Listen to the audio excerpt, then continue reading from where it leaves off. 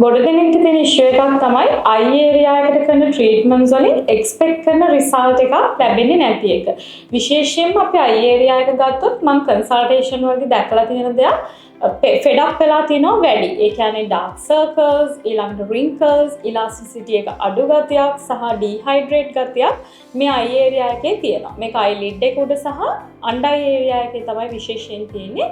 ඉතින් අද අපි focus කරන්නේ අපේ radiant eye boost treatment එක කොහොමද මේ වගේ conditions වලට helpful වෙන්නේ කියලා. මේ radiant eye boost එකත් අයිති වෙන්නේ meso treatment කියන category එකටම තමයි. ඉතින් meso treatment අපි දන්නවා මේකෙදි පාවිච්චි වෙන්නේ vitamin mineral cocktail එකක්. විශේෂයෙන් dark circles තියෙන අයට under eye area එක dark නම් මෙතනදී විටමින් මිනරල් කොක්ටේල් එකෙන් ඒ ඒරියා එක ලයිට් අප් කරලා අපිට ගන්න පුළුවන්. ඉතින් මේ ට්‍රීට්මන්ට් එක කොච්චර සැරයක් කරන්න ඕනේද එක්ස්පෙක්ට් කරන රිසල්ට් එක ගන්න. සාමාන්‍යයෙන් අපිට 4 weeks gap එකක් තියලා මේ ට්‍රීට්මන්ට් එක කන්ටිනියු කරන්න පුළුවන්. ට්‍රීට්මන්ට් එකෙන් එක්ස්පෙක්ටඩ් රිසල්ට් එකක් ගන්න ට්‍රීට්මන්ට් සෙෂන් 3ක් විතර කන්ටිනියු කරන්න ඕනේ. අනිත් ට්‍රීට්මන්ට්ස් වගේම මේ ට්‍රීට්මන්ට් එකේ කන්සල්ටේෂන් ගන්න එක අනිවාර්යයි. මොකද එතනදී ප්‍රී ඇන්ඩ් පෝස්ට් කෙයාර් ඇඩ්වයිසර්ස් ගැන අපි කතා කරනවා. ඒ වගේම කොන්ට්‍රා ඉන්ඩිකේෂන්ස් මොනවාද කියලා අයිඩෙන්ටිෆයි කරගන්නවා. දැන් අද ට්‍රීට්මන්ට් එකේ අපි පේෂන්ට්ව ක්ලෙන්ස් කරලා ඊට අමතරව ඇනස්තටික් එක ඇප්ලයි කරලා තියෙන්නේ. ඒ අදාළ කාලයෙන් පස්සේ අපි ට්‍රීට්මන්ට් එක ස්ටාර්ට් කරමු. Last time Mr. Surit අපිත් එක්ක කන්සල්ටේෂන් එකට ආපු වෙලාවේ අපි දැකපු දෙයක් තමයි වැඩිපුරම eye area එක ඩාර්ක් වෙලා තියෙනවා. ඉතින් අපි කලින් skin boost එකක් කරා.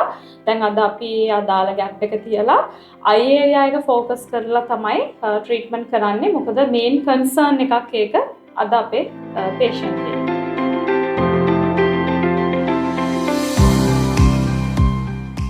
meso treatments වලදී micro injectables කියන procedure එක යන්නේ. ඉතින් මේකෙදී පාවිච්චි වෙන්නේ හරියම අඩු length එකක් තියෙන needle එකක්. ඒ නිසා හැම painful treatment එකක් නෙමෙයි.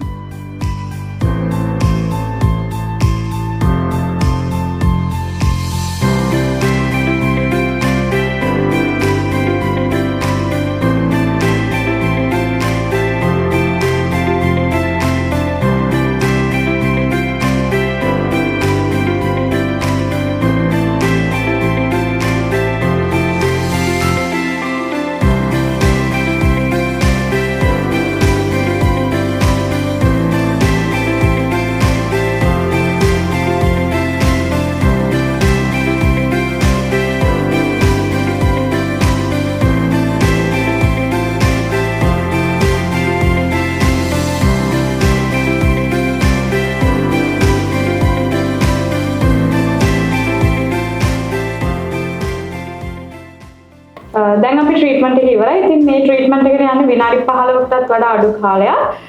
ඊට අමතරව ට්‍රීට්මන්ට් එකෙන් පස්සේ පෝස්ට් ප්‍රොසීජර් එක ගැන කියනවා නම් සාමාන්‍යයෙන් බම්ස් තියෙන්න පුළුවන් ඉන්ජෙක්ට් කරපු ඒරියා එකේ. ඒක normally 48 hours වගේ යනකොට disappear වෙනවා. ඊට අමතරව bruise වෙන්න පුළුවන් සමහර areas. මොකද මේක ගොඩක් sensitive සහ capillaries ගොඩක් තියෙන area එකක් නිසා bruising උත් සාමාන්‍යයෙන් 1 to 2 weeks ඇතුළත disappear වෙනවා. ඉතින් මේවා විතරයි adverse effects විදිහට තියෙන්නේ. ඊට අමතරව කලින් වගේම treatment එකෙන් පස්සේ exercises swimming sauna වගේ ඒවා avoid කිරීම වැදගත්. සහ sun expose වෙනවා නම් sunscreen එක apply කරන එක, active products මුකුත් දවස් 3ක් යනකම් avoid කරන එක වගේ instructions තමයි mainly දෙන්න තියෙන්නේ මේ treatment එකෙන් පස්සේ. ගොඩක් අය මේක eye area එක නිසා treatment එක කරන්න බය වෙන්න පුළුවන්.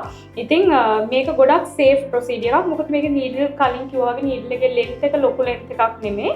නිසා ගොඩක් deep layers වලට needle එක යන්නේ නැහැ.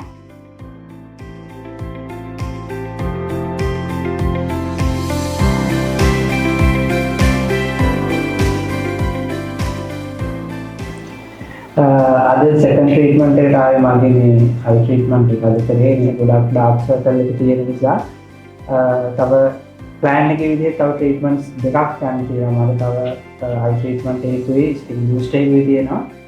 දැන් මේ අපි පළවෙනි කරලා සති දෙකමාරක් තුනක් විතර වෙනවා. මේ රිසල්ට් එකයි අපි බලමු ඊළඟ ට්‍රීට්මන්ට් දෙකක් ඉවර වුණාට පස්සේ මොකක්ද වෙන රිසල්ට් එක.